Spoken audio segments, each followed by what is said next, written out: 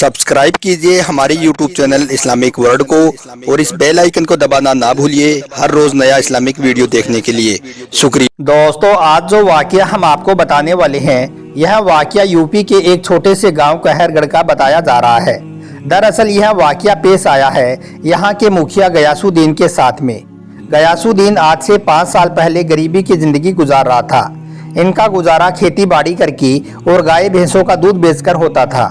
यह अक्सर जंगल में अपनी बकरियों को चराने के लिए भी जाया करता था। एक दिन गयासुद्दीन अपनी बकरियों को चराते चराते जंगल में बहुत आगे तक निकल गया, जहां पर एक नागिन अपने नाग के साथ एक बरगद के पेड़ के नीचे रहा करती थी। वो नागिन हामिला थी। शाम का वक्त हो चुका था। गयासुद्दीन जैसे उस पेड़ के पास से गुजरा तो उसे वहां पर एक चमकती हुई चीज दिखाई दी, लेकिन साथ ही उसे वहां पर वो दोनों नाग और नागिन भी नजर आई। उनको देखकर गयासुद्दीन बहुत डर गया और डर के मारे वो फौरन ही अपने घर की तरफ भाग आया।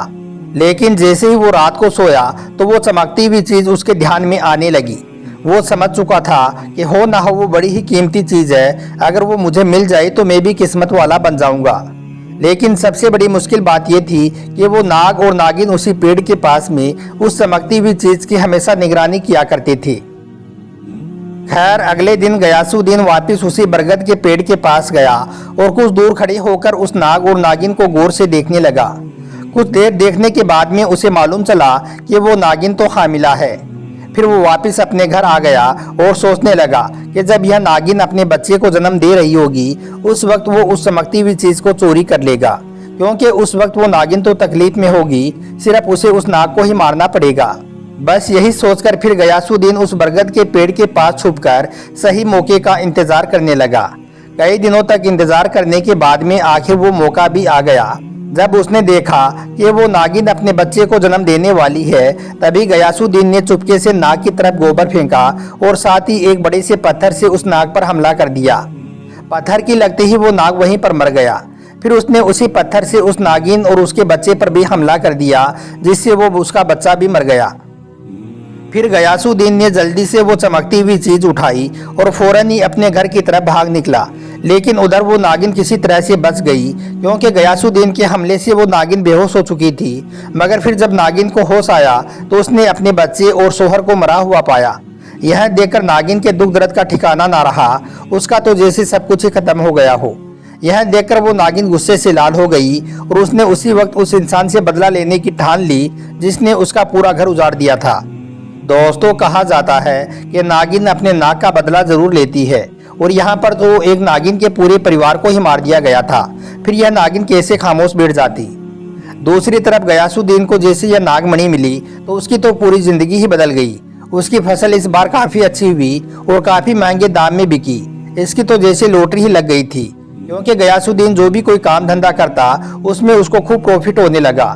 देखते ही देखते गयासुद्दीन काफी मालदार हो गया था, लेकिन इसको साथ ही यह भी मालूम था कि यह सब कुछ इस नागमणि का ही कमाल है।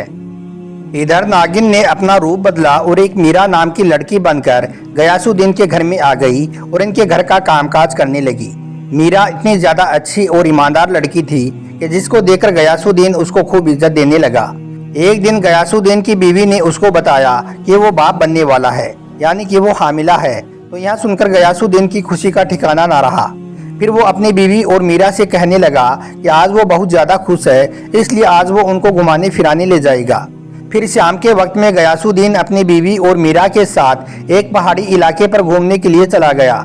लेकिन फिर जब वो वापस उसी पहाड़ी रास्ते से आ रहा था तो रास्ते में अचानक उनकी गाड़ी एक बड़े से पत्थर से टकरा गई, जिससे गाड़ी को एक जोरदार झटका लगा, जिसकी वजह से गयासुद्दीन गाड़ी के अंदर फंस गया और उसकी बीवी उस पहाड़ से नीचे गिरकर एक पेड़ पर अटक गई।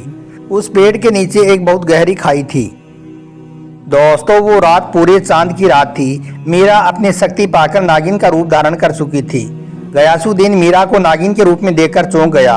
फिर नागिन ने गयासुद्दीन को बताया कि वो भी एक दिन ऐसी ही मुसीबत में फंसी थी जब तुमने मेरे पूरे घर को उजाड़ दिया था, मेरे शोहर और मेरे बच्चे को मार दिया था। अब मैं तुमसे बदला लेकर रहूंगी। तो यह सुनकर घायल गयासुद्दीन गाड़ी में फंसा हुआ रो रोकर नागिन से कहने लगा, मैं आपके आगे हाथ जोड़ता हूँ, तुम भले ही मेरी जान ले लो, मगर मेरी बीवी बच्चों को छोड़ दो। नागिन ने जैसे यह बात सुनी तो उसको अपना वो पुराना दर्द याद आ गया उसे इस बात का अच्छी तरह से एहसास था कि जब कोई अपना छिन जाता है तो फिर जिंदगी में कितना बड़ा दुख होता है। इसलिए फिर नागिन ने मियाँ बीबी का सच्चा प्यार देखकर उनको माफ कर दिया और उसकी बीवी को भी उस पेड़ से बचा लिया और फिर दोनों को हॉस्पिटल में छोड़कर वापस वो जंगल में उसी बरगद के पेड़ के पास में चली गई। फिर जब गयासुद्दीन हॉस्पिटल से सेहतमंद होकर अपनी बीवी के साथ में अपने घर आया तो उसे अपनी गलती का एहसास हो गया।